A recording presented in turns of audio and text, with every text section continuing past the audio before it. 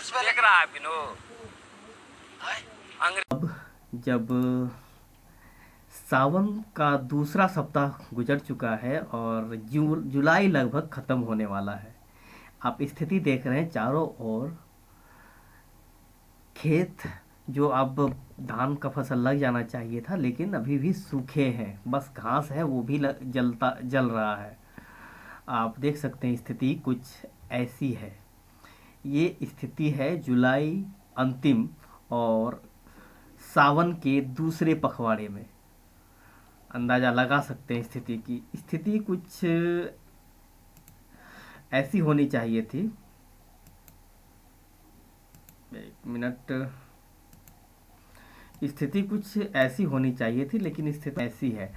और परिस्थिति की क्या बात करें, परिस्थितियाँ कुछ ऐसी है। आप देख रहे हैं नदियों में भी पानी नहीं है। ये है नदियों की स्थिति। नदी में भी पानी नहीं बचा है। और देख सकते हैं नदियों की स्थिति। ये अजय नदी है, एक बड़ी नदी मानी जाती है देवघर जिले की और झारखंड की नदियों में से एक बड़ी नदी मानी जाती है। ये बिहार से निकलती है, बिहार के जमुई जिले से देवघर जामताड़ा होते हुए ये पश्चिम बंगाल में प्रवेश करती है और बंगाल में ये कृष्णानगर डिस्ट्रिक्ट के पास हुगली में मिल जाती है। तो चलिए हम बात कर रहे हैं। ये स्थिति उत्पन्न होती है मॉनसून के दौरान सूखे की। ये स्थिति है मॉनसून के दौरान सूखे की। तो हम बात करेंगे सूखे की और अभी हम बात कर रहे हैं सूखा। तो सबसे पहले हम मॉनसून की बात कर लें। सूखा यानी मानसून एक ऐसी स्थिति है जब मॉनसून तो कह सकते हैं इसको। हाँ चलिए यहाँ पर बात करते हैं। मॉनसून एक बड़े पैमाने पर विस्तारित जल एवं थल समीर है जो महाद्वीपों एवं महासागरों के अंतरीय तापन के कारण उत्पन्न होता है। होता यह है कि देखिए मॉनसून गर्मियों में ये इलाका गर्म होता है, यह स्थल खंड है और यहाँ से नम हवाएं इधर की ओर बढ़ने लगती है। तो या और ऐसे में यहाँ पर यह नमी बढ़ती है और बारिश होता है।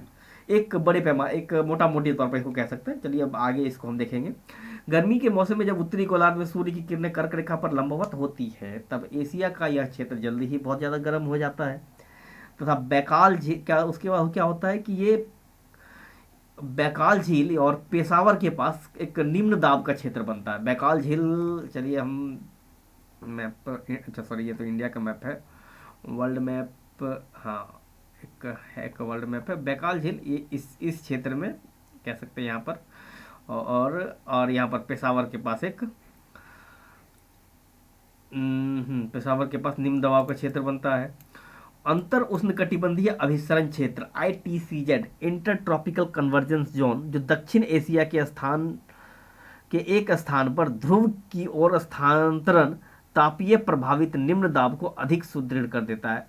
अब यहाँ पर देखिए होता यह है कि जो ITCZ जो है एक तरह है जब कर्क रेखा पर सूर्य लंबवत होती है यहाँ पर, तो लेकिन स्थानीय स्थिति के कारण इसकी गति कुछ ऐसी हो जाती है यहाँ तक। तो अब IT से अधिक सुदृढ़ कर और यहाँ पर क्या होता है इसके कारण वहाँ इस क्षेत्र में ये जो तिब्बत का क्षेत्र ये पठार है ये बहुत तेज़ी से गर्म होता है और गर्म होता है तो जेट स्ट्रीम होता है की उत्पत्ति होती है और वो मानसूनी हवाओं को और पश्चिम तक ले जाने में और उसकी जो तीव्रता है उसको बढ़ाने में काफ़ी सहायक होता है। इसकी तुलना में क्या होता है कि हिंद महासागर तथा प्रशांत महासागर के निकटवर्ती जल का दबाव तुलनात्मक रूप से अधिक होता है। वायुदाब में अंतर हो जाता है। इस क्षेत्र में ये क्षेत्र हो या ये क्षेत्र ये इलाका हो ये गर्म होता है और यहाँ वायुदाब कम पड़ जाता है। लेकिन यहाँ पर इसी क्षेत्र में जब हम बात करते हैं इस सागर में अपेक्षाकृत दबाव अधिक होता है तो इधर से हवाएं दक्षिण से उत्तर की ओर बढ़ती है, स्थल से समुद्र की ओर बढ़ती है। इस स्थिति के में सागर से स्थल की ओर वायुदाब प्रवणता का विकास होता है। महासागर से आने वाली पवनें गर्म तथा आर्द्र होती है। जब भूमि अवरोध जैसे पर्वतमालाएं पठार आर्द्र पवनों के मार्ग में आता है तो ये पवन आरोहण करती है यानी कि ये ऊपर उठती है और जैसे आपको पता है कि जैसे ही हवाएं ऊपर उठती हैं वो ठंडी होती हैं और वर्षण होता है, उनका संघनन वो संतृप्त होती है, फिर उसका संघनन होने लगता है और फिर वो बारिश की बूंदों के रूप में बरसने लगता है। तो अब हम एक तो पहले तो बता दिए मॉनसून। अब दूसरी बात है सूखा या अकाल का। सूखे की जो स्थिति है भारत में मौसम विज्ञान विभाग के अनुसार सूखा है कम से कम लगातार 22 दिनों की अवधि, जो बारिश के मौसम में यदि लगातार 22 दिनों तक बारिश ना हो मीटर से, तो इस स्थिति को सूखा माना जाएगा। हमेशा नहीं, ये बरसात का जो मौसम होता है भारत में, जो बारिश का मौसम है, जून जुलाई अगस्त सितंबर, ये जो 4 महीने हैं, इसके दौरान यानी लगातार 3 सप्ताह किसी क्षेत्र में बारिश ना हो तो वहाँ पर सूखे की स्थिति मानी जाती है। ये परिभाषा संपूर्ण भारत में एक साथ लागू नहीं की जा सकती, क्योंकि आपको पता है कि यदि मौसम नाम में लगातार 22 दिनों का वेट करेंगे तो फिर वो बहुत देर हो जाएगी, क्योंकि वो वहाँ बहुत ज़्यादा बारिश होता है। और वही स्थिति यदि हम राजस्थान में करेंगे तो वहाँ 22 दिन क्या कई कई महीनों तक बारिश नहीं होती है। तो इसको अलग अलग जगह पर अलग अलग किया जाता है, लेकिन एक मोटे तौर पर ये 22 दिनों को माना जाता है। भारत के उन क्षेत्रों में सूखा अक्सर देखा जा सकता है इसकी परिवर्तनशीलता जो है 20% से अधिक होती है, जहां पर की वर्षा, वार्षिक वर्षा 60 सेंटीमीटर से कम, और वहाँ की वर्षा की जो परिवर्तनशीलता है वो 20% से अधिक हो, वहाँ पर सूखा अक्सर देखा जाता है। इसलिए भारत के 60% से अधिक भाग सूखा प्रवण क्षेत्र, भारत का जो 60% रीजन है वो सूखा प्रभावित है, वहाँ सूखा आ सकता है। सूखा के लिए मतलब कह सकते हैं उसको सूखा प्रवण क्षेत्र, सूखा प्रवण क्षेत्र है, इसके बारे में कभी भी वहाँ सूखा आ सकता है। तो अब चलिए बात करेंगे हम सूखे का कारण का। सूखा का कारण होता है पहले मानसून अंतराल, अनियमित वर्षा, एल नीनो, उष्ण पूर्वी जेट और सोमाली जेट। इसके कारण से इनसे संबंधित है कि सूखे का संबंध या कम बारिश का संबंध इन 5 बिंदुओं से है। तो चलिए सबसे पहले बात करेंगे मानसून अंतराल की। मानसून अंतराल होता है एक ऐसा चीज़ है कि मान लीजिए मई के आखिरी सप्ताह में या जून के प्रथम सप्ताह में बिहार, झारखंड या मध्य भारत में मानसून प्रवेश करता है। मानसून प्रवेश करता है और उसके बाद अचानक से बारिश रुक जाती है। यदि यह स्थिति 10-15 दिन तक या 1 महीने तक की आ जाए तो इसे मानसून अंतराल कहते हैं। जैसे कि इस साल की बात कहा जाए तो ये लगभग 2 महीने का है। आप देख सकते हैं कि मानसून समय पर आया, लेकिन जून और जुलाई बारिश नहीं हुई, बिल्कुल भी नहीं, लगभग ना के बराबर। और ऐसे में एक सूखे जैसी स्थिति उत्पन्न हो चुकी है। हालांकि सरकारी तौर पर अभी सुखाड़ की घोषणा नहीं हुई है। और दूसरा है अनियमित वर्षा।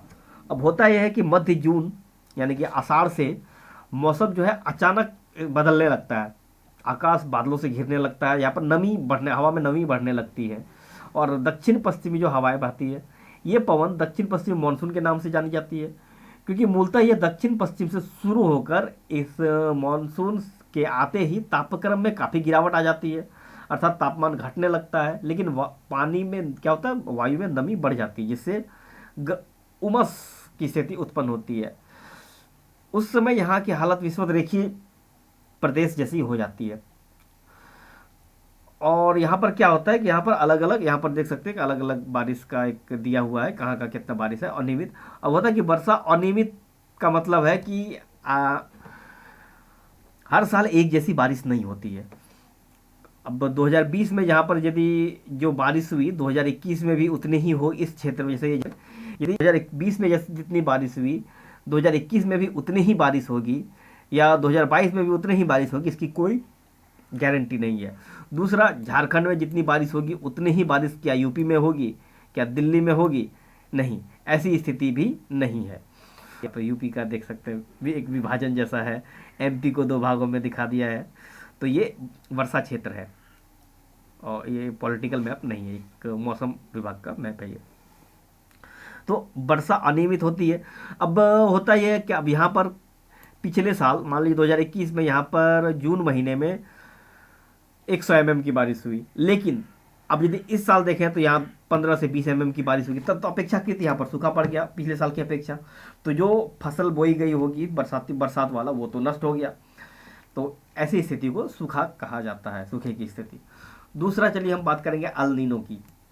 अल नीनो एक स्थिति है जब ये प्रशांत महासागर में अल नीनो ईयर जो होता है, अल नीनो वाला जो साल होता है, उसमें मॉनसून अपेक्षाकृत कमजोर होता है, बारिश कम होती है। होता यह है कि ये है प्रशांत महासागर, और ये इधर रहा हिंद ओशियन, और ये पैसिफिक ओशियन। तो यहाँ पश्चिमी तट यहाँ पर होता है, यहाँ पर उच्च दाब होता है, जो पर यहाँ से हवाएं ऑस्ट्रेलिया की ओर बढ़ती है। यहाँ पर एक ताहिती नाम का एक द्वीप है, और डार्विन में निम्न दाब हो तो हवाएं इस ओर चलेंगी। ये नॉर्मल ईयर हुआ। लेकिन अल्निनो ईयर, ये अब देखिए मैप में ही आप देख सकते हैं, ये है लानिना की स्थिति होगी तो मानसून प्रबल होगा भारत में और भारतीय उपमहाद्वीप में, अच्छी बारिश होगी। लेकिन अल्निनो वर्ष में स्थिति उत्पन्न उल्टी हो जाती है, यानी कि हवाएं ऑस्ट्रेलिया से अफ्रीका दक्षिणी अमेरिका की ओर बहने लगती है, तो इसे एल्निनो कहा जाता है। और ऐसे में मौसम भारत पर, भारतीय मानसून पर एक विपरीत प्रभाव पड़ता है। फिर है उष्ण पूर्वी जेट।